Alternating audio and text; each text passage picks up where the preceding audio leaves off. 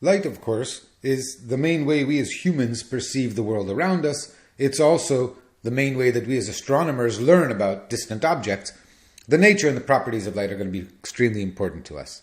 And the first of these is the speed. So light carries energy away from the sun to Earth to warm us.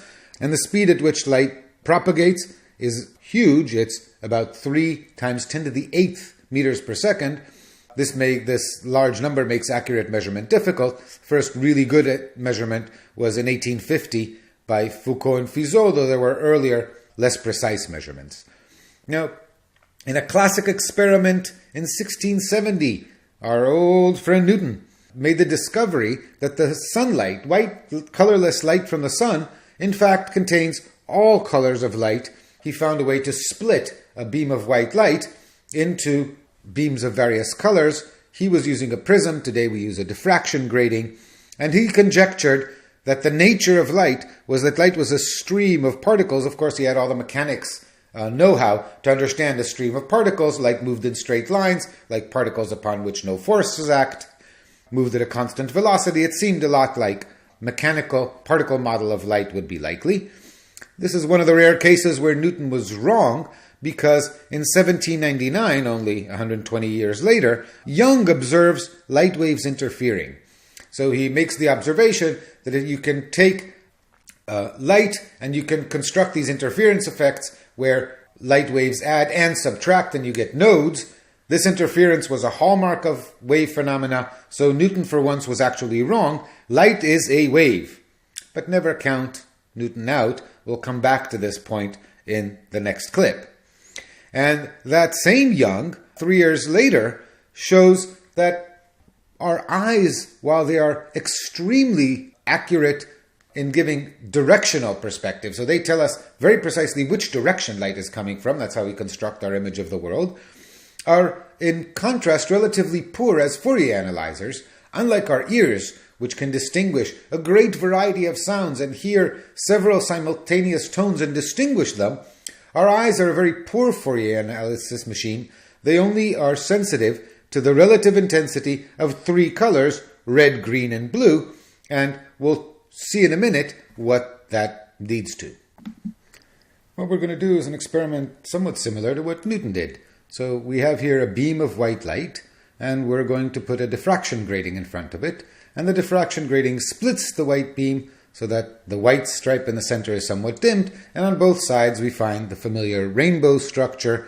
And so we see a stripe of red flaring to orange and yellow and green and into blue and violet.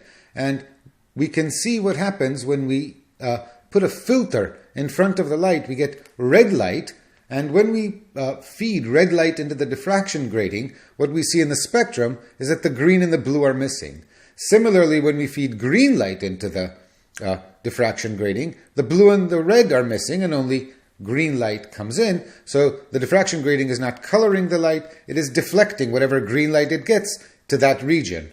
Again, putting a blue filter in front of the beam, we see that only the blue remains in the spectrum. The blue filter absorbs the green and the red, the green filter absorbs blue and red, and the red filter absorbs green and blue. These are, it turns out, the primary colors. It has to do with our eyes.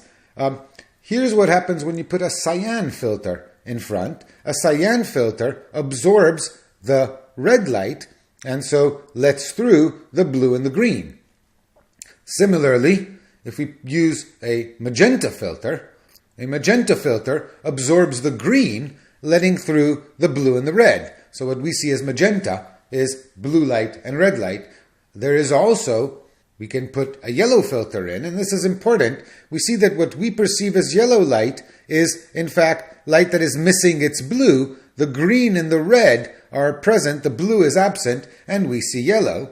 And so, if we superpose the yellow and the magenta filters, the yellow filter absorbs the blue, the magenta absorbs the green, and what is left is red, and indeed, superposing those two filters, we get red. If we superpose yellow and cyan, the yellow absorbs the blue, the cyan the red. What's left is the green, and we see that very nicely in this picture. And we can keep playing. We can superpose the cyan and the magenta. The cyan absorbs the red, the magenta absorbs the green, putting them on top of each other, we're going to be left with blue.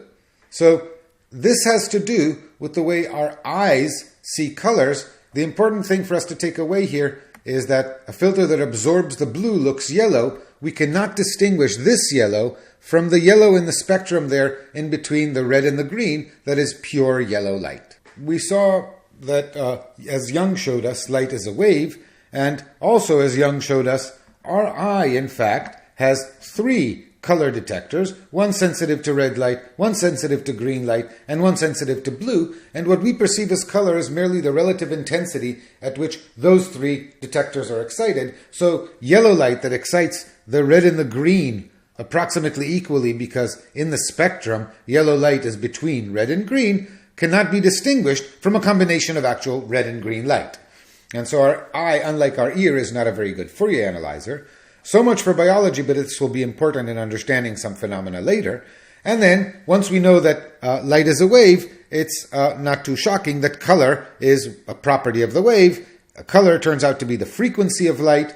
Visible light has a frequency of order 10 to the 14 hertz. Even at the rather high speed of light, we can compute the wavelength is pretty short. It's between 400 and 700 nanometers. A nanometer is a billionth of a meter, 10 to the minus 9 meter, and these are the units in which typically we measure the wavelengths of visible light, at least in astronomy.